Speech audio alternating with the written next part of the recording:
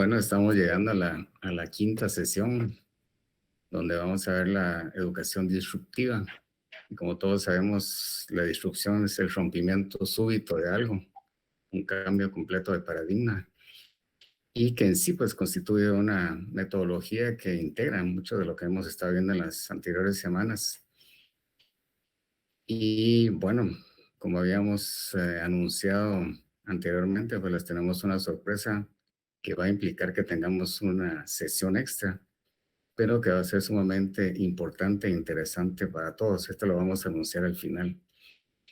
Así es que para esta sesión va a ser conducida por Sophie y por Kevin. Así es que bienvenidos, pero no necesita mayor presentación, ya todos los conocemos. Conocemos su talento y dinamismo. Así es que adelante, por favor.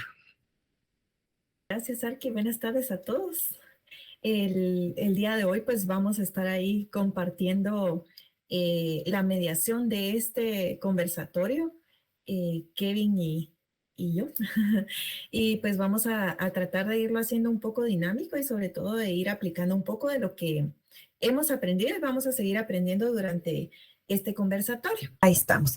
Entonces, pues estos son los últimos 2 capítulos del libro de Enseñar con TIC, ¿verdad? Y son la educación disruptiva y luego cómo integrar las TIC en la educación disruptiva. Entonces vamos a empezar hablando un poco de la educación disruptiva. Primero, pues, enfoquémonos un poco en lo que es la educación disruptiva y es aquella que pretende romper con lo establecido para mejorar lo existente, ¿verdad? Pues esta metodología personaliza el aprendizaje, ¿verdad? Integra el aprendizaje informal con el aprendizaje curricular, ¿verdad?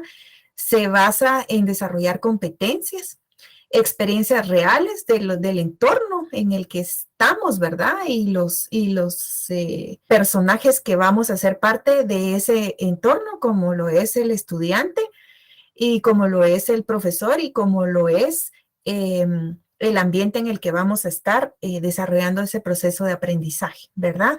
Y también pues la integración de las TIC, sin pensar en que nos vamos a limitar a algo porque me da miedo usarlo, ¿verdad? No sé si se va a poder. O sea, aventémonos y utilicémonos, ¿verdad? Pues la educación disruptiva fue inicialmente utilizada o se empezó a utilizar por algunos personajes, ¿verdad? Que mostramos por acá. Cada uno de ellos, imagínense, de 2011, 2015, 2010, 2013. O sea que todo esto, la educación disruptiva, no es un tema nuevo, es algo que se ha venido ya integrando con anterioridad desde hace varios años. Y pues lo que busca es transformar realmente el proceso educativo e integrar varias metodologías para que lo permitan, ¿verdad? Algunos enfoques que le han ido dando estos autores al proceso de la disrupción educativa es, por ejemplo, que el cambio debe de ser completamente radical, ¿verdad? En la educación, esto lo menciona Roger.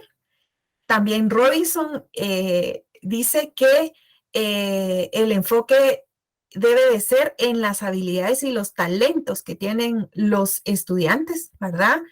Clayton y Johnson dice es importante en este proceso integrar las TIC en el proceso educativo, ¿verdad? Cobo también menciona que el aprendizaje se debe de integrar el aprendizaje informal o invisible, que es lo que aprendemos con el día a día, ¿verdad? Y pues ellos vienen y dicen, para lograr todo esto existen varias teorías educativas que no son disruptivas, pero que sí son transformadoras. Y dentro de estas teorías tenemos las inteligencias múltiples, el aprendizaje informal o invisible, que ya lo habíamos mencionado, ¿verdad? Lo que es la educación líquida. O sea, la educación líquida lo que hace es el cambio constante, ¿verdad? Necesitamos aprender, desaprender, actualizarnos, estar aprendiendo y seguimos aprendiendo. Y esto me hace recordar cuando empezó la pandemia. Muchas de las tecnologías que empezamos a aplicar, ya las aplicábamos muchos docentes de años para atrás, el uso del campus virtual, ya varios usaban Classroom, varios usaban Kahoot para sus clases, Menti, en fin. Pero no nos quedamos solo con eso, ¿verdad? Empezamos a aprender y yo recuerdo esos primeros días donde yo estaba metida en una capacitación en una hora y dando otra en otra hora y en fin, aprendiendo y compartiendo, ¿verdad? Porque para poder generar verdaderamente cambios y transformaciones en la educación, tenemos que estar constantemente aprendiendo y compartiendo, ¿verdad? Sí, bueno, de hecho, hablar de educación disruptiva es algo tan fácil y al mismo tiempo tan difícil. Digamos, estas tres instituciones como la Pilot, Minerva y Hyper Island, básicamente plantean nuevos modelos donde tratan de no solo desarrollar profesionales para el ámbito laboral, sino también desarrollar líderes que en el campo de acción puedan desempeñarse a través de las habilidades y competencias técnicas que necesitan en el espacio o en el inmediato. Un claro ejemplo de eso es de que, y lo vamos a ver más adelante, de no educar profesionales para el hoy, porque el hoy ya es muy tarde para las demandas que tiene el sector productivo. Entonces, yo creo que eso es importante que lo mencionemos. También es importante mencionar que al menos en el modelo de Minerva, que tratan de cristalizar, según ellos, el conocimiento a través de productos muy puntuales, y esto lo que provoca es que en el contexto educativo no se den únicamente los contenidos que son propios de la carrera, sino que marquen pautas claves de qué competencias debería desarrollar al final de cada etapa de la carrera. Es decir, muy probablemente cuando estábamos en el proceso de adaptación en el COVID-19 nos dimos cuenta que había personas que se adaptaban más fácil a cierto tipo de tecnologías. Entonces, claramente tenemos que ir desempeñando cierto tipo de roles para que estos estudiantes que no alcancen esas competencias puedan alcanzar al menos el mínimo y potencializar aquellas en las cuales se han quedado atrás. Y claro, la educación disruptiva ha tenido pues una serie de condiciones interesantes. Voy a hablar primero de las microrevoluciones, que son estos cambios de paradigma que se han dado en los últimos años. El estudiante es el centro del aprendizaje, creo que es algo que todos hemos pues iniciado a escuchar desde la pandemia. Hemos escuchado que el estudiante tiene que ser el centro de su propio aprendizaje, debe ser el tomador de decisiones, pero para que esto suceda también el docente tiene que ser un motivador y tiene que ser básicamente un coaching, pero además de eso tiene que enfocar el talento de los estudiantes o del alumnado hacia esos aprendizajes disruptivos, a esas condiciones del contexto. Una de las cosas que me pareció sumamente interesante del estudiante es el centro del aprendizaje, es que el estudiante debe aprender principalmente a solucionar las problemáticas de su contexto basadas en la información que ha aprendido en los últimos ciclos. Es decir, si al estudiante los descontextualizamos de donde están, muy probablemente las soluciones que den no tengan tanta relevancia como si aprendemos a contextualizar los ejercicios, los planes, los programas al entorno inmediato de cada uno de ellos. Y el segundo es que los esfuerzos formativos que están enfocados en realizar un proyecto personal y profesional del alumno deben de estar siempre en la mesa, digamos. O sea, dentro de los programas y planes de estudio, empezar a preguntar a los estudiantes, empezar a personalizar ese modelo educativo para que ellos mismos se pongan las metas de qué quisieran solucionar en su contexto, qué quisieran cambiar o qué quisieran innovar en el proceso de educación. Y pues al final los estudiantes no aprenden lo mismo que nosotros les enseñamos. Yo creo que eso es muy importante reconocer.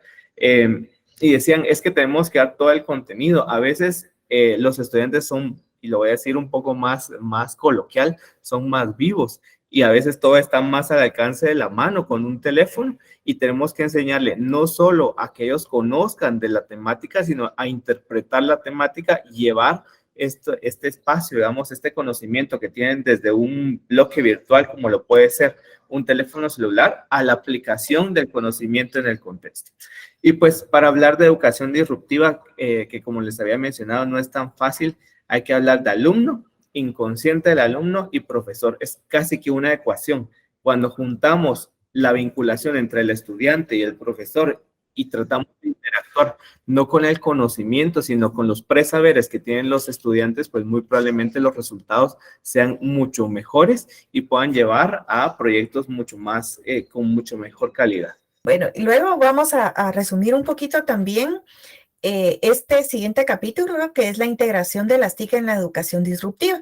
Aunque cabe mencionar que fuimos como uniendo algunos puntos, ¿verdad? En ambos capítulos para que pudiéramos tener un resumen con una mejor síntesis, ¿verdad? Sí, tal vez una de las frases que creemos más relevante en lo que hemos podido recabar de información más allá del libro es que los verdaderos analfabetos del siglo XXI no son quienes no sepan leer o escribir, sino quienes no sepan aprender, desaprender y reaprender. Y es que nuestra sociedad, al menos latinoamericana, nos han enseñado a seguir un modelo de educación prusiana, es decir, a repetir y aprender, porque pareciera ser que el modelo de educación es repetir procesos.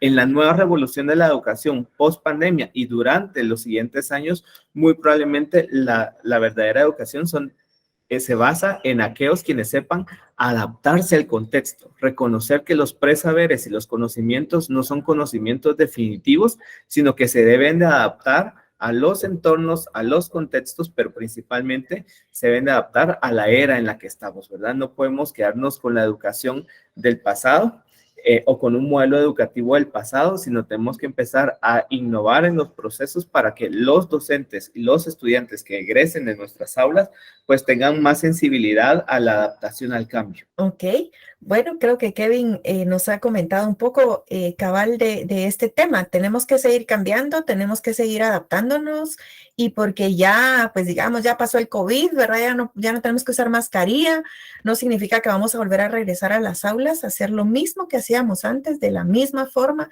sino que tenemos que aprovechar todo lo que hemos aprendido, integrarlo y sobre todo no estancarnos y decir ya, integro las TIC con lo que sé, sino que seguir aprendiendo, seguir cambiando, seguir desaprendiendo y seguir aprendiendo, ¿verdad? Entonces esto nos va a permitir pues realmente lograr una educación disruptiva. Innovación no es sinónimo a tecnología. Este término es bastante interesante, ¿verdad? Porque regularmente decimos vamos a innovar y entonces vamos a usar presentaciones que tengan mucho movimiento y que tenga aquí y vamos a usar un Kahoot y vamos a hacer un documento colaborativo, ¿verdad? No solo se trata de eso, sino que se trata de utilizar como base esas metodologías, esos canales de comunicación efectivos y asertivos, ¿verdad? Esas formas de aprendizaje, esas metodologías, estimular al estudiante, ¿verdad? Y pues también el uso de herramientas digitales y tecnológicas, pero no es solo integrar esa tecnología, es integrar todo ese contexto en el que se basa un proceso de educación, ¿verdad? También reconocer que la tecnología no es computadora, teléfono o Meet, sino son una serie de herramientas disruptivas para cada contexto. Un claro ejemplo de eso es que, y lo vamos a hablar como muy nuevamente coloquialmente, no es lo mismo el utilizar una cañonera para los universitarios de San Carlos de la Central a usar una cañonera para los centros universitarios que a veces no tienen recursos. Para ello, para algunos docentes del interior del país, muy probablemente sea una innovación el utilizar una cañonera y para ellos sea ese el modelo de tecnología. En cambio, hay otras zonas del país donde ni siquiera hay electricidad y quizás llevar un papelógrafo, llevar post-it y llevar materiales lúdico-didácticos sea una innovación o sea tecnología. Entonces, yo creo que no hay que encerrarnos a que la tecnología tiene que ser a través de un teléfono celular, a través de una computadora o a través de un programa, sino saber que la tecnología también se basa en el medio en el que nos movemos, con la gente con la que nos proyectamos y principalmente en el contexto y en el tiempo en el que estamos. Importante, cabal, lo que menciona Kevin, ¿verdad? Analizar bien el contexto. Recuérdense que el contexto no solo es el ambiente en el que vamos a dar el proceso de aprendizaje o en el que se va a dar el proceso de aprendizaje, sino que también los actores de ese proceso, ¿verdad? ¿En dónde está nuestro estudiante? ¿Con qué tecnologías cuenta? ¿Tiene acceso a internet? ¿Qué tipo de celular tiene? ¿Verdad? Y todos esos elementos. Pareciera ser tan repetitivo y al mismo tiempo es diferente porque cuando hablamos de TICs podemos hablar de herramientas, como lo puede ser un teléfono celular, o podemos hablar de herramientas virtuales, como puede ser un Meet, un Zoom, e incluso podemos hablar de innovación que son metodologías que es totalmente diferente. Una metodología, una herramienta física, tecnológica y una herramienta digital. Entonces, yo creo que es importante que sepamos dividir estos tres tipos de educación disruptiva y pensar de que no toda la educación disruptiva tiene que ser a través de un teléfono celular, sino también pueden ser modelos mixtos. Y de hecho, yo les diría que la Facultad de Arquitectura y principalmente carreras como la de diseño gráfico, creo que están listas en dar un siguiente paso, que son estos modelos híbridos. Y eso es por dos razones. Primero, porque tenemos un proceso de formación para los docentes que no tienen otras unidades académicas. Segundo, por el tipo de carreras en las que estamos, hemos estado mucho más abiertos a el uso de otras tecnologías que incluso para universidades privadas son muy nuevas. Entonces, el uso de las TIC en la educación disruptiva no solo son estos términos anglosajones de tener pues un Zoom, un Meet, sino también cómo hacemos que las TIC lleguen en una forma de comunicar, transmitir, educar y repensar los modelos de comunicación. Un claro ejemplo de eso es, y eso lo estamos llevando a cabo con algunos de los docentes, es de que también una forma de impartir clases y de comunicarnos puede ser a través de los juegos. Esa es una nueva forma de utilizar un elemento tradicional, aplicarlo a la tecnología y así dar mejores resultados de comunicación visual y comunicación educativa. Ok, aquí solo para complementar un poco lo que dice Kevin, ¿verdad? Y que me hizo recordar cuando empecé a recibir computación hace un montón de años, ¿verdad? Y le decían a uno, bueno, miren, le presento, esta es la computadora y tiene hardware y tiene software, ¿verdad? Entonces, pues por ahí también podemos ir pensando en que también hay herramientas tecnológicas educativas que son hardware y otras que son software, ¿verdad? Todo lo que son aplicaciones, pues se trae dentro de la parte del hardware, del software, perdón, y todo lo, por ejemplo, el dispositivo móvil entra dentro del tema de lo que es el hardware, ¿verdad? El libro también menciona un poco sobre el aprendizaje ubicuo, ¿verdad? Entonces, algunas características que debe de tener el aprendizaje ubicuo es lograr tener la accesibilidad como punto principal, ¿verdad? Saber si nuestros estudiantes tienen acceso, ¿verdad? Si el profesor tiene acceso a la información, a todo lo que yo tengo pensado y planificado enseñar en determinado tema, ¿verdad? La inmediatez. El estudiante tiene y puede acceder fácilmente y rápidamente a esa información, ¿verdad? La interactividad, o sea, el estudiante puede interactuar con ese contenido para poder decir y hacer las cosas y no solo leer, ver y recibir, sino que también dar y ser parte de ese proceso de formación del aprendizaje, ¿verdad? Y eso pues nos lleva a desarrollar actividades educativas que se sitúen en lo que hablábamos anteriormente, en la vida diaria, en el aprendizaje líquido y en todas esas teorías que nos pueden permitir lograr tener un aprendizaje ubicuo, ¿verdad? Recordemos que el aprendizaje ubicuo se define habitualmente como el que se produce en cualquier lugar y en cualquier momento. Significa que el aprendizaje ubicuo es algo, yo voy en mi carro y me voy a meter a un curso, ¿verdad?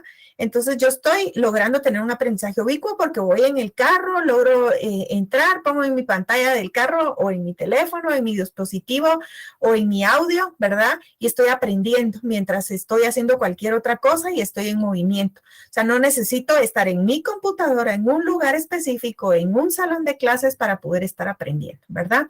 Y eso pues definitivamente también tiene otra característica que es la adaptabilidad. O sea, yo puedo aprender en mi computadora, en mi estudio, o puedo aprender en el carro mientras hago otra o mientras me transporto hacia otro lugar, ¿verdad? Y pues toda esta serie de características van a lograr la permanencia, ¿verdad? O sea, que el estudiante, no importa dónde esté, cómo esté y cuál sea su contexto, logre sus objetivos de aprendizaje. Bueno, y yo creo que hay que hablar precisamente que las tecnologías, que algunas son muy novedosas, aún están en pañales, pero cuando se habla que las tecnologías están en pañales, no se habla de la tecnología per se, se habla cómo modelar esa tecnología y extrapolar las buenas prácticas hacia los procesos educativos. Muy probablemente, por ejemplo, la realidad aumentada sea una de las tecnologías que venga a revolucionar el modelo de educación post pandemia, pero no implica que sea una tecnología nueva, es una tecnología nueva que ha estado durante mucho tiempo y que ahora, después de esta cuarta revolución digital, iniciamos a ver indicios de la aplicación de esta tecnología hacia los modelos de educación. Y así pasa con todo. Para nosotros, muy probablemente, algo como el tema de los supersónicos o los Jetsons era tan utópico pensar que íbamos a ver a alguien a través del smartwatch o a través de una pantalla, pero hoy vemos que estas tecnologías sí existen y que su aplicabilidad al contexto educativo es un proceso, es progresivo, pero también tiene un riesgo que los docentes deben de aprender a asumir y a través de ese riesgo empezar a aplicarlos a los modelos de educación. Algo también importante respecto a la realidad aumentada y la realidad virtual es que en las carreras en las que nosotros somos parte, en arquitectura y en diseño, desde antes de la pandemia ya se empezaba a hablar y a utilizar lo que es la realidad virtual y la realidad aumentada. De hecho, los diseñadores como tal estamos muy inmersos en la creación de este tipo de materiales. Y los arquitectos pues también, de hecho, sus renders y todo eso, yo he visto, porque no soy arquitecta, ¿verdad? Pero he visto que integran mucho ya esta tecnología también para sus presentaciones, para que las personas vean cómo van a hacer sus proyectos habitacionales, por ejemplo, ¿verdad? Bueno, y los argumentos al final de cuentas es, digamos, hay dos contraposiciones, ¿verdad? La primera es que las redes sociales deben aportar un valor disruptivo al proceso de enseñanza, pero por otro lado hay que recordar que el docente es esencial en el proceso de enseñanza. Al inicio de la pandemia, muchos decían que las computadoras iban a cambiar el modelo de educación y que los docentes iban a dejar de ser necesarios. Hoy vemos que es totalmente erróneo ese paradigma y ese argumento que es falaz. Vemos que hoy más que nunca los docentes con tecnologías humanizantes positivas son más necesarios que nunca. Y un claro ejemplo de eso es que la tarea del profesor deja de ser solo de ser un transmisor de conocimiento y empieza a ser un verificador de la veracidad de las fuentes de información, empieza a ser un gestor del tiempo y empieza a ser un gestor del almacenamiento de la información. Es decir, los docentes con todas estas propiedades que hemos ido adquiriendo en los últimos años, muy probablemente nuestro rol ha cambiado. Ya no estamos, por ejemplo, haciendo solo el ejercicio en papel y dándoselo a los estudiantes y calificándolos, sino cada vez vamos viendo que nuestros archivos, incluso nuestros drives, se llenan de más documentos, de más libros, queremos aplicar nueva información, más tecnología, y eso es un argumento verídico y que podemos comprobar que ahora los docentes son más allá de docentes, son pues toda esta serie de componentes, ¿verdad? Y algo que decía, de hecho, al inicio de las sesiones que tuvimos de este libro es que somos más motivadores y coaching. Yo creo que sí, pero más allá de eso somos los que interpretamos la información. En los últimos meses, y hay una fuerte discusión en diseño gráfico y en algunos ámbitos de la arquitectura, como el tema de los renders, de que la inteligencia artificial va a venir a reemplazar a los humanos. Y hay algo, y me parece interesante, porque muchos del ámbito profesional decimos que efectivamente hay un cambio de paradigma en cómo utilizar la tecnología, pero que jamás van a sustituir a un arquitecto o a un diseñador. Porque si bien es cierto, saca imágenes o renders muy bonitos, no saca la esencia del proyecto que nosotros queremos llegar, digamos. O sea, saca cosas muy aleatorias. Entonces va a pasar mucho tiempo antes de que el ser humano realmente sea reemplazado por una máquina, y mientras eso pasa, el docente es el centro del proceso de enseñanza, de aprendizaje-enseñanza. Ahorita también pensaba yo en qué redes sociales estamos nosotros integrados, para qué utilizamos esas redes sociales, ¿verdad? ¿Con quiénes nos relacionamos en esas redes sociales? ¿Buscamos información en esas redes sociales? ¿Nos relacionamos con pares de otros países? ¿Aprendemos de otras personas en las redes sociales? O sea, esas son cuestiones que debemos de proponernos. Y no solo tener una red social para estar viendo las noticias, ¿verdad? Estar viendo qué hacen nuestros contactos. La red social realmente para nosotros como docentes cumple un rol bastante interesante, ¿verdad? Y si nos vamos pues ya al tema de los diseñadores y los arquitectos, hay redes sociales que están enfocadas a nuestras carreras también, ¿verdad? No, y también hay que reconocer algo, las tecnologías son un arma de doble filo. O sea, también no vamos a ser ilusos de pensar de que los docentes somos como todólogos de la tecnología. Debemos que reconocer que hay cosas que conocemos, cosas que desconocemos y cosas que sabemos que desconocemos. Y la tercera, que son estas cosas que sabemos que desconocemos, son todo el contexto donde se encuentra nuestro estudiante. No podemos verificar a ciencia cierta si el estudiante está en línea, si está haciendo alguien el examen por ellos, o si tienen algún tipo de chivo o algún tipo de aplicación extra que les ayude y facilite el proceso. Pero sí, lo que sí podemos saber es de que nuestros planes de estudio deben de integrar ahora la tecnología. A pesar de que la universidad regrese de forma presencial, jamás vamos a regresar al modelo de educación anterior. Y eso es un error. Digamos, muchos dicen, vamos a regresar a dar clases presencial.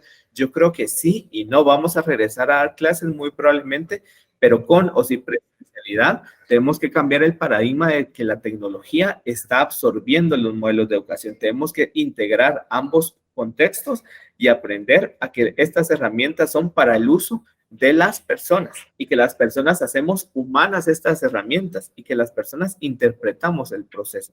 Entonces, muy probablemente para el proceso de readecuación curricular y reestructura curricular, tanto diseño gráfico como arquitectura, nos tocará dejar a un lado la presencialidad únicamente y empezar a lograr estructuras mucho más complejas, mucho más diversas en cuanto a las mallas curriculares y a cómo estas se interpretan en el contexto educativo. Luego también el libro, ya casi al final, habla un poco sobre los procesos de integración de educación disruptiva en el aula, ¿verdad?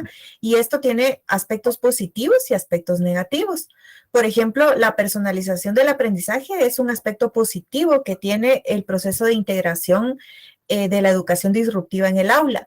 Nosotros nos centramos en lo que cada estudiante quiere aprender. De hecho, habla un poco sobre que deberíamos de romper con ese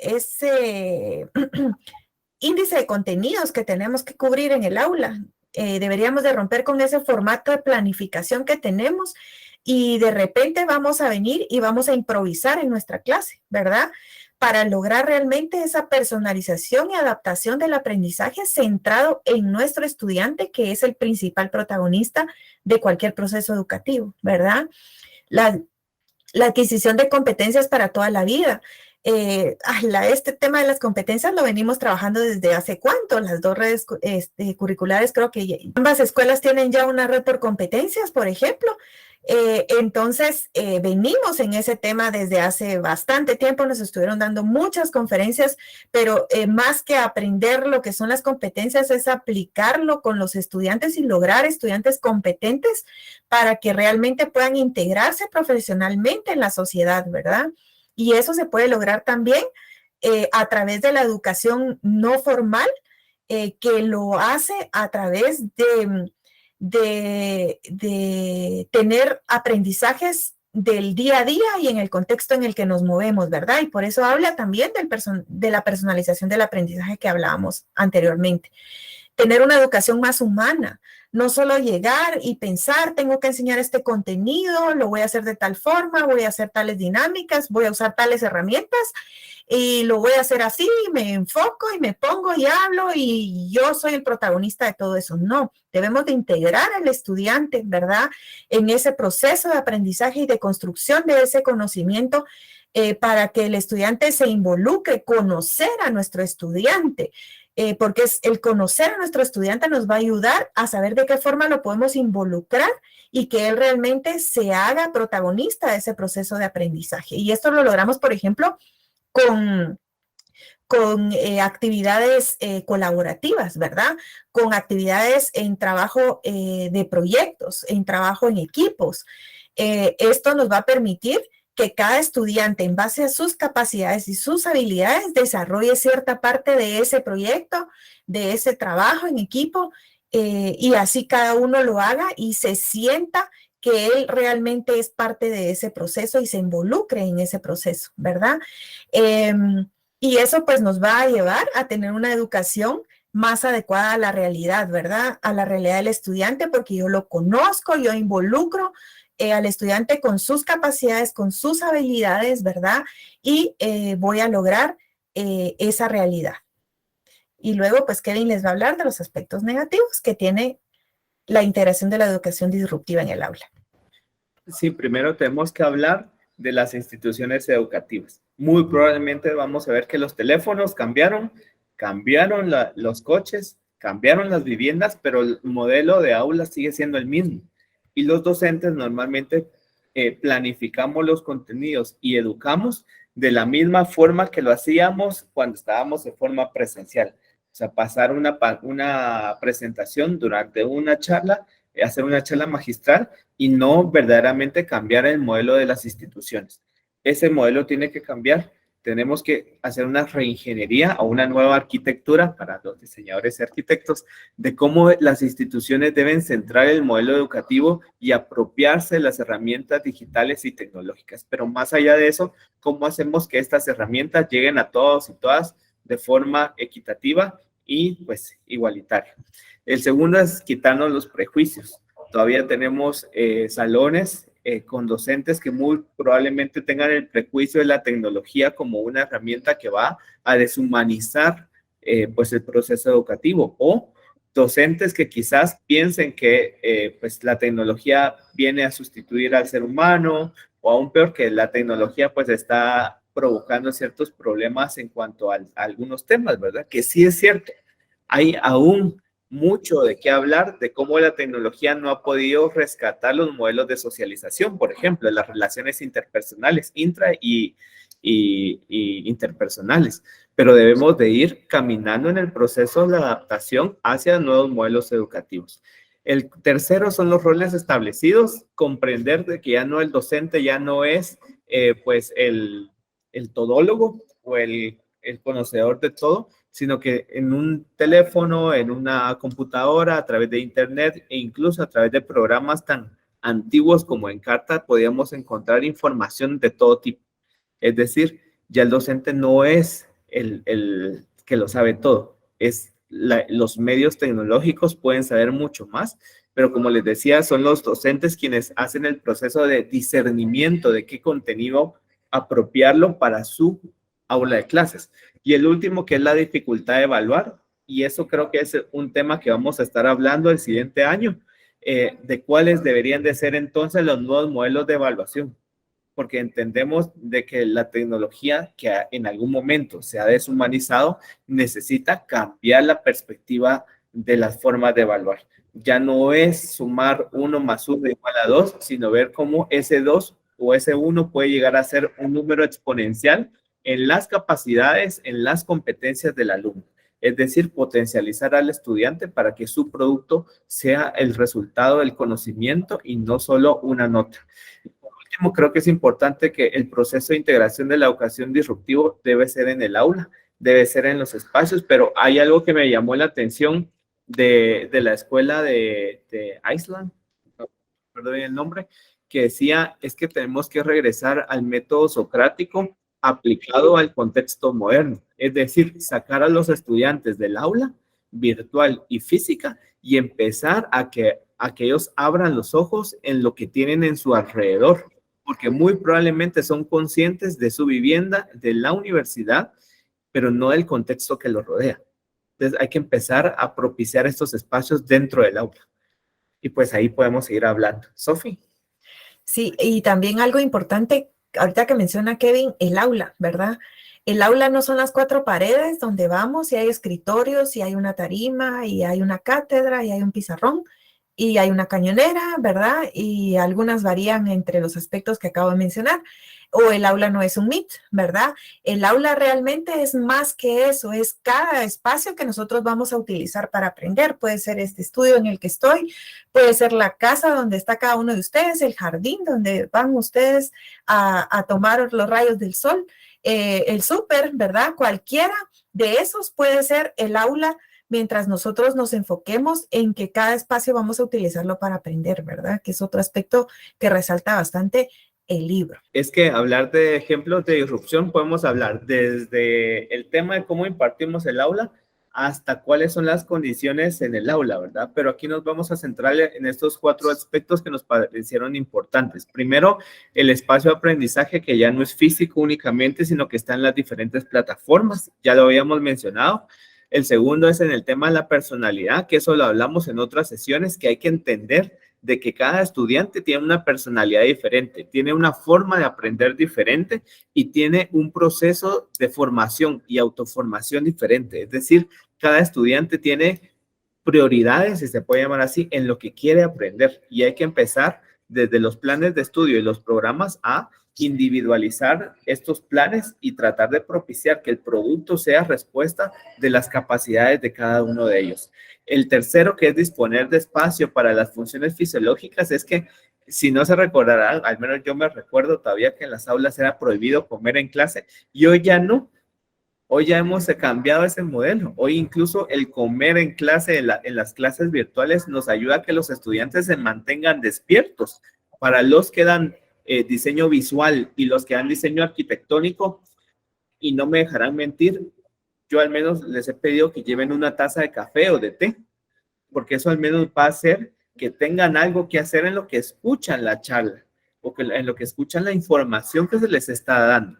Entonces yo creo que eso es importante, que dispongamos de todas aquellas condiciones que antes en el contexto del aula tradicional no teníamos. Y por último, el mobiliario. Ya no hay un tipo de mobiliario estándar como un pupitre. Ya las piedras del jardín, la grama, los sofás, hasta la cama, si lo queremos ver así, y en muchos contextos, para bien o para mal lo es, tenemos que reconocer que el mobiliario ad hoc para el proceso de enseñanza ya no es un escritorio.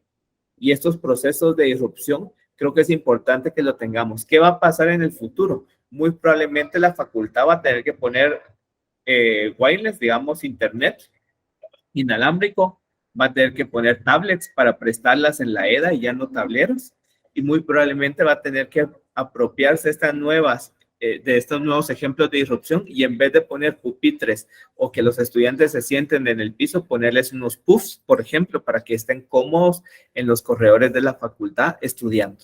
Algo bien importante, si nos damos cuenta, la clave para establecer cambios en el aula que faciliten un buen ambiente de aprendizaje está en escuchar las necesidades que tiene el alumno, ¿verdad? En nuestro caso, la educación superior, contamos con personas adultas como alumnos, lo cual debería de facilitar el respeto. La actividad central es el aprendizaje, ¿verdad? O sea, la clave para establecer esos cambios en el aula es conocer las necesidades del estudiante y centrar todo en el proceso de aprendizaje.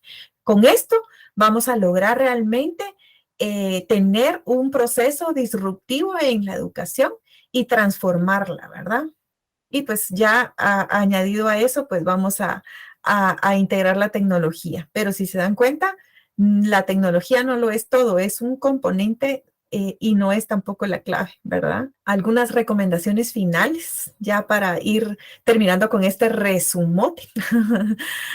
Ok, ¿cómo mantenernos actualizados? Como les decía, ¿verdad? Estar integrados en las redes sociales es básico, ¿verdad? ¿En qué redes sociales? En las que nosotros consideremos que nos van a servir para acercarnos con otros expertos, con otros pares, en temas educativos y en temas profesionales, ¿verdad? Específicamente, y no solo utilizar esas redes sociales para socializar con otras personas o ver las noticias, como les decía. Hay otros aspectos también. De hecho, hay dos aspectos que ya mencionó Sofía, que creo que son importantísimos de resaltar. El docente empieza a hacer este Personal Learning Networking, que es el proceso personal de aprendizaje. Digamos, ya el docente empieza a ver contenido y a través de eso, si me puedes pasar a la siguiente, empieza también a ser básicamente un curador de contenido. O sea, no hay actualización que no se haga en esta época, sino es a través de las nuevas formas de digitalización. Es decir, no es lo mismo escuchar 5 horas de Spotify a escuchar 2 horas de Spotify y 2 horas más de Spotify, pero escuchar audiolibros, por ejemplo. No es lo mismo ver 1 hora de TikTok a ver 1 hora de TikTok que sea educativo o que en 1 minuto resuelvan muchas dudas que a veces tenemos. Y no es lo mismo que nuestros grupos de Facebook sean todos de chistes a que nosotros nos incursionemos en grupos de Facebook donde el resultado o lo que publiquen sean pues temas de libros, literatura, poesía. Entonces, las herramientas están, pero la curación de los contenidos lo hace cada individuo. Y eso no lo podemos dar cuenta. Un ejercicio que yo les propongo que lo hagan después de esta sesión es que se sienten a ver al menos 3 de sus redes y que den en reproducción automática. Si los 10 primeros videos, TikToks o argumentos que vean en Facebook o en Twitter son de chismes, son de chistes y son de cosas que no tienen que ver con nuestro contexto o nuestra profesión, muy probablemente estemos utilizando las redes de forma negativa. Entonces yo les propongo este ejercicio, los primeros 10 contenidos que saquen en alguna red, en alguna de las redes virtuales, vean qué es lo que están consumiendo y traten de empezar a apoderarse de estas herramientas y aplicarlas para su beneficio. Y por último, aquí les voy a dejar un tip, que eso nadie nos lo dice y es un cambio de paradigma total. Debemos de dejar de educar profesionales para la hora y empezar a educar profesionales para los siguientes 30 años. Y esto, pues, los países nórdicos principalmente lo han adoptado muy bien. Pensar de que el niño o el joven, el estudiante, el universitario que tenemos en el aula, muy probablemente en 20 años sea un diputado, sea un alcalde, sea el director municipal de planificación, sea alguien que pueda aportar a la ciudadanía y pueda aportar desde sus conocimientos a la solución de problemas en el país. Entonces, con esa visión y con esa energía que tiene la Universidad de San Carlos, debe empezar a empoderarse de este nuevo tipo de profesionales. Profesionales que estén al servicio de la sociedad, no en 2 años, sino para todo el proceso que tengan como profesionales. Ok, luego ahora vamos a pedirles a ustedes su participación en una dinámica que vamos a hacer.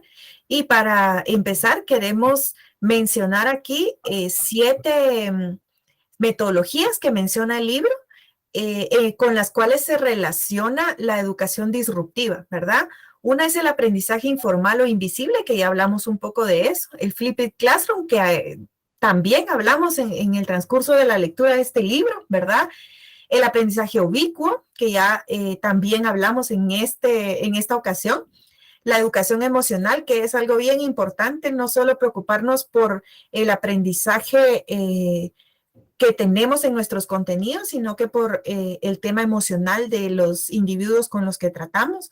El aprendizaje por competencias, que ya venimos hablando desde hace mucho, el trabajo colaborativo y el trabajo por proyectos, ¿verdad? Entonces, considerando estas metodologías que tienen relación con la educación disruptiva, vamos a ingresar a un Jamboard y Kevin les va a explicar cómo va a ser esta dinámica.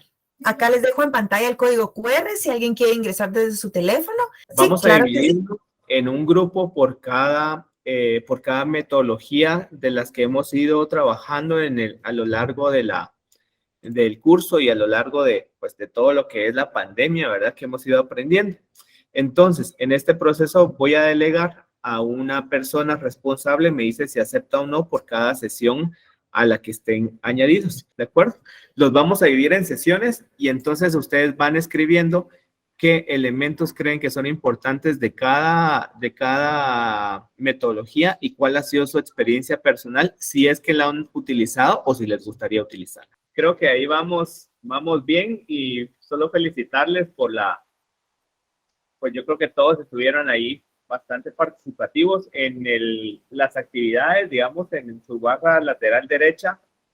Pueden responder una pregunta que hice, vamos a ver si se hizo. No se hizo. Entonces, les vamos a hacer como una encuesta vía los mensajes que llegan en la barra lateral derecha. Pero si gustan, pasamos en 1 minuto. ¿Cuál fue la experiencia? ¿Cuál es el argumento que rescatan de cada uno de los diferentes formas de aprendizaje o de las diferentes metodologías de aprendizaje? Grupo número 1. Bueno, a nosotros nos corresponde el aprendizaje informal e invisible. Lo clasificamos en 2 categorías, ventajas y desventajas.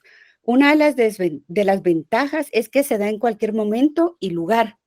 Es una propuesta que surge como resultado de una investigación y que integra varias experiencias. También es importante tomar en cuenta que se aprende del contexto. Y esto requiere que el docente establezca muy detalladamente los indicadores de logro que representan hasta dónde como mínimo debe llegar el estudiante. O sea, poner como que los estándares, las bases y poner los parámetros que realmente deben de cumplirse. Es decir, o sea, es cierto que es un aprendizaje informal o invisible, pero sí tenemos que tener también el patrón hacia dónde queremos llegar. Y se debe cubrir también las necesidades de los estudiantes de acuerdo a su perspectiva de aprendizaje. ¿Por qué? Porque muchas veces queremos dar un tipo de educación que tal vez actualmente no es lo que los estudiantes buscan, sino que debemos de enfocarnos hacia las necesidades que ellos tienen para entrar con las de ellos, para salir con las nuestras. Dentro de las desventajas, tenemos que los aprendizajes no son significativos, pertinentes y sostenibles. Esto nos lleva a que no tiene una estructura definida. Si el alumno no tiene claro los conceptos, en algún momento puede perderse, ¿sí? Se debe también tener cierta madurez para que sea significativo. Si no se media adecuadamente, puede ser muy disperso el aprendizaje. Y por último, sin ser el menos importante, los aprendizajes son volátiles y el estudiante no los tiene claros al momento de utilizarlos. Excelente. Equipo Gracias. número 2, a ver quién se anima a hablar del equipo número 2. Bien, el aprendizaje ubicuo, como lo tenemos acá en pantalla, suele definir como el que se produce en cualquier lugar y momento. La tecnología ubicua, informática cercana a la persona, por ejemplo, un móvil, ¿verdad? Entonces, no es de extrañar, nosotros ya lo hemos vivido en esta pandemia, muchos jóvenes están en su teléfono, pues por su comodidad, por la compra de los datos, el internet y todo, los accesos, están en un dispositivo móvil. La parte positiva que nosotros vemos y rescatamos de lo que tenemos acá es acceso a mucha información. Eso es una parte positiva como tal, ¿verdad? También el acceso a integrarse muchas veces desde un lugar de trabajo, ¿verdad? Que también lo hemos visto, puede ser una experiencia positiva. Dentro de las experiencias negativas, nosotros marcamos acá varias, pero la que más nos llama la atención es que si no se media el aprendizaje puede ser muy disperso, ¿verdad? Esto puede ser que el estudiante también esté afecto a otras culturas, a otros idiomas, a otros contextos, y él no logra de alguna manera, asimilar la información, es decir, esta información me está llegando de México, por ejemplo, es tan cercano, pero es otra cultura, es otro contexto. Esa mediación puede ser una experiencia negativa como tal, ¿verdad? Otra que tenemos también es de contar con tiempos específicos. Nosotros contamos con, por ejemplo, un semestre para completar un aprendizaje, ¿verdad? Un curso. Este método puede ser continuo, o sea, no puede tener, no, es atemporal, ¿verdad? El estudiante puede estar constantemente teniendo este tipo de aprendizaje. Excelente, perfecto. Gracias, Carlos, por el aporte. Pasamos al número 3. ¿Quién va a compartir del equipo 3? Lo que nosotros veíamos en el grupo es que pues la mayoría ha intentado más de alguna vez la clase invertida. Vemos que es un método que permite que en clase, digamos, se revise el tema, es decir, que se empape el estudiante del contenido que se va a abordar y que en clase ya pues se haga más discusión. Esto favorece muchos procesos, sobre todo a nivel colaborativo, a nivel reflexivo y a nivel crítico.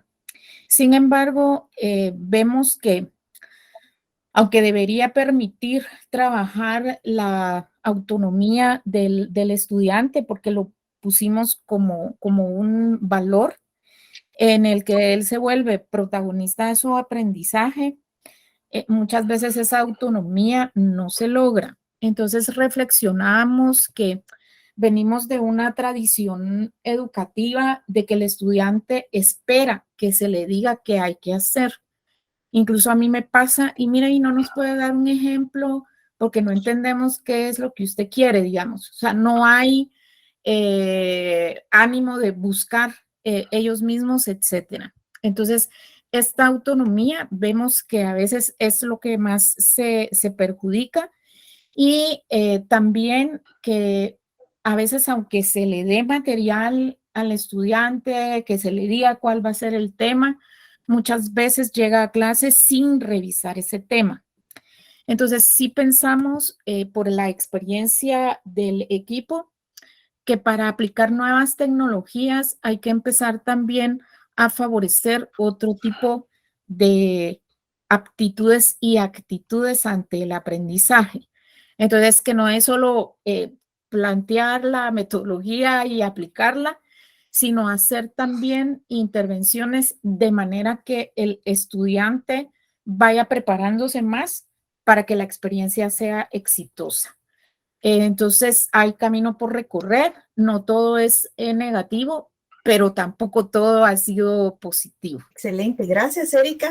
Equipo 4, la educación emocional. A ver, ¿quién quiere compartirnos un poco de la educación emocional? Sí. Aquí estamos. Gracias. Sí, pues fíjense que fue muy interesante. Incluso nos sentimos igual aquí que Jorge, más bien que Julio Tórtola, cuando nos sacaron de la sesión y nos venimos por acá porque estaba bonita la charla. Pero sí hablábamos mucho de cómo enseñar a los estudiantes a tener esa inteligencia emocional, ¿verdad? Ustedes, entonces el factor humano es un pilar para la docencia. La interacción inmediata permite conocer las capacidades de cada estudiante y su contexto, ¿verdad? Es importante conocer la situación del estudiante y ser empáticos para adaptar nuestro modelo de enseñanza. También hablábamos de establecer reglas desde el inicio del semestre, ¿verdad? Para conocer los espacios donde ellos están teniendo sus clases, ¿verdad? Ser sinceros y reconocer las limitaciones de equipo, de tiempo. Como docente se debe reconocer que los estudiantes hacen lo mejor dentro de sus limitaciones y ellos al igual con nosotros, ¿verdad? La comunicación interpersonal es vital para generar un espacio de confianza y una comunidad que no tenga miedo de expresarse. Excelente, gracias Carol. Vamos al tema 5, aprendizaje por competencias. Este tema lo estuvimos viendo con el licenciado Francisco Chan y con el doctor Byron Rabé, y nos pareció primero interesante porque el modelo curricular de la licenciatura de diseño gráfico está estructurado por competencias. Tenemos competencias genéricas, tenemos competencias de cada área y dentro de cada asignatura pues ya vamos viendo esas subcompetencias que nos permiten construir junto a los estudiantes el aprendizaje. Y en este caso trabajamos este análisis de acuerdo a las áreas en las que cada uno hemos tenido experiencia. Entonces colocamos en celeste el área de teoría, en donde creo yo que se destaca el tema que el modelo de aprendizaje por competencias permite a los estudiantes poder aplicar de forma práctica el conocimiento teórico, que a veces es difícil comprender cómo me va a servir esta información, ¿no? Y gracias a este modelo de aprendizaje por competencias, los estudiantes encuentran esa aplicación. En el caso del área de diseño visual, nos permite integrar diferentes saberes y esa puesta en práctica de los distintos conocimientos de otras áreas para la ejecución de un proyecto nos ayuda a construir esas competencias. Y es bastante similar en el área de métodos y proyectos, en donde una de las competencias más importantes es la planificación y la gestión de un proyecto, y a la larga la profesión del diseño gráfico es bastante práctica, ¿verdad? O los conocimientos se tienen que volver tangibles. Y colocamos, luego de que cada uno hizo el aporte, separamos, ¿verdad? O vimos que habían competencias que no aplicaban solo a un área de conocimiento o o conclusiones, ¿verdad? Que no eran de un área en específico, sino realmente se relacionan más con el perfil de egreso de los estudiantes. Dentro de lo que podemos destacar, que este modelo permite integrar diferentes enfoques, diferentes áreas de conocimientos. También el trabajo en equipo. Y para esto algo que nos pareció interesante es la estructura también de tener un doble periodo, que aunque parece algo administrativo, podríamos pensar, realmente contribuye a un buen ejercicio de este modelo por competencias, ¿verdad? Porque se cuenta con más tiempo para poder desarrollar diferentes proyectos y tener un aprendizaje activo en el aula. Perfecto, excelente. Gracias, Sharon, Francisco y Arqui Rabé. Pasamos al siguiente, ¿ok? El trabajo colaborativo. Se coloca que es una de las metodologías que se considera más aporta a la enseñanza disruptiva, ¿verdad? Por ser dinámica y porque pone al estudiante en actividad y al mando de ese proceso formativo, ¿verdad? Entonces, también ayuda a la generación de propuestas y soluciones teniendo en cuenta un propósito y un objetivo. Y de esa manera poder integrar los talentos de los estudiantes y para poderlos ayudar a que lleguen a un nivel estratégico.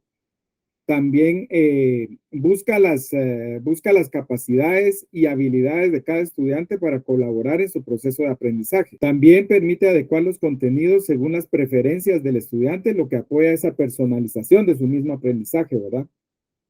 Teniendo en cuenta las competencias, esto se relaciona un poco con lo de las capacidades y habilidades del estudiante para la construcción de su aprendizaje, teniendo en cuenta siempre el programa curricular, ¿verdad? O sea, como punto de referencia y para que también estos esfuerzos vayan orientados hacia un lugar, ¿verdad? El trabajo colaborativo se ve potenciado gracias a las TICs y al auge que éstas han adquirido durante la pandemia y el trabajo colaborativo busca desarrollar y fortalecer las competencias del trabajo en equipo. Solo para agregar, creo que es importante reconocer que el trabajo colaborativo puede hacerse con cualquier grupo de estudiantes, en cualquier asignatura, porque lo que busca es un trabajo equitativo y una cooperación horizontal, donde todos tienen la misma facilidad y libertad de proponer, ¿sí?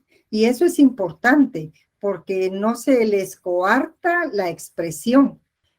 El planteamiento de problemas complejos o megaproblemas de tal manera que sean ellos quienes eligen la forma de trabajarlos y las diversas soluciones que proponen. Valora el trabajo en conjunto y hace que todos se apropien del propósito y entiendan que cada uno debe asumir un rol para lograr ese objetivo. Excelente. Gracias, Aldo. Gracias, doctora. Entonces vamos a continuar aquí con algunas conclusiones. Kerik, y luego le damos la palabra a Arqui Tórtola. Bueno, la verdad es que creo que la conclusión que podemos dejar como en el tintero, más allá de que la creatividad debe fluir tanto en el estudiante y el docente, creo que nosotros no tenemos como esa problemática. Para mí, en lo personal, digamos, en conjunto con Sofi, creo que esta fórmula matemática que se genera y que se proyecta precisamente en el libro de esfuerzo, más disciplina, más objetivos claros de aprendizaje, es igual a un placer motivador del proceso de educación, es lo que tenemos que lograr en nuestras aulas. Educar en estos contextos no es fácil porque estamos aprendiendo haciendo, pero es una oportunidad también para el proceso de innovación, no solo para la Facultad de Arquitectura, sino para toda la universidad. Ya lo decían por ahí en otro chat, digamos, donde está la directora de escuela, ojalá que la universidad incluso, digamos, pudiese ver con esos ojos críticos la importancia de las herramientas digitales para los docentes, ¿verdad? Algo tan básico como esto, de poderlos dividir en grupos, poder hacer preguntas a través de las licencias oficiales. Pero ya que no tenemos eso, creo que mejor que la Facultad de Arquitectura para demostrar que la capacidad y la creatividad pueden más que solo las herramientas como tal. Yo creo que esto es algo que tenemos que tomar en cuenta. Hemos sido muy resilientes ante los cambios, nos hemos adaptado, los procesos de enseñanza se han tornado cada vez más eficientes y con mucha mayor calidad. Y en este proceso, pues la educación disruptiva va más allá que teoría, sino con una práctica por parte de cada uno de ustedes. Excelente, sí. Apoyo completamente lo que menciona Kevin, ¿verdad? En la facultad hemos tenido mucha resiliencia, hemos sido muy comprometidos con el aprendizaje, ¿verdad? Con el proceso de aprendizaje. Hemos sido muy comprometidos con nuestros estudiantes, con nuestra unidad académica. Y pues la pandemia no fue una excusa para dejar de hacer la academia, ¿verdad? Sino que realmente fue un reto que nos permitió sobrepasar todas las dificultades y lograr tener una educación disruptiva, por lo menos el inicio de. Los animo, los motivo a no dejar de aprender, ¿verdad? A seguir aprendiendo y a seguir utilizando lo que hemos aprendido, ¿verdad? Y lo nuevo que vamos a seguir aprendiendo para motivar a nuestros estudiantes y mejorar la experiencia de aprendizaje que podamos darles a través de todas estas metodologías que hemos aprendido durante esta lectura del libro. Y no sé si para cerrar está por ahí el arquitecto Valladares. Bueno, muchas gracias. Realmente lo condujeron excelente. Fue muy dinámico también lo que se hizo en cada uno de los grupos y muchas gracias por la participación a cada uno de todos ustedes.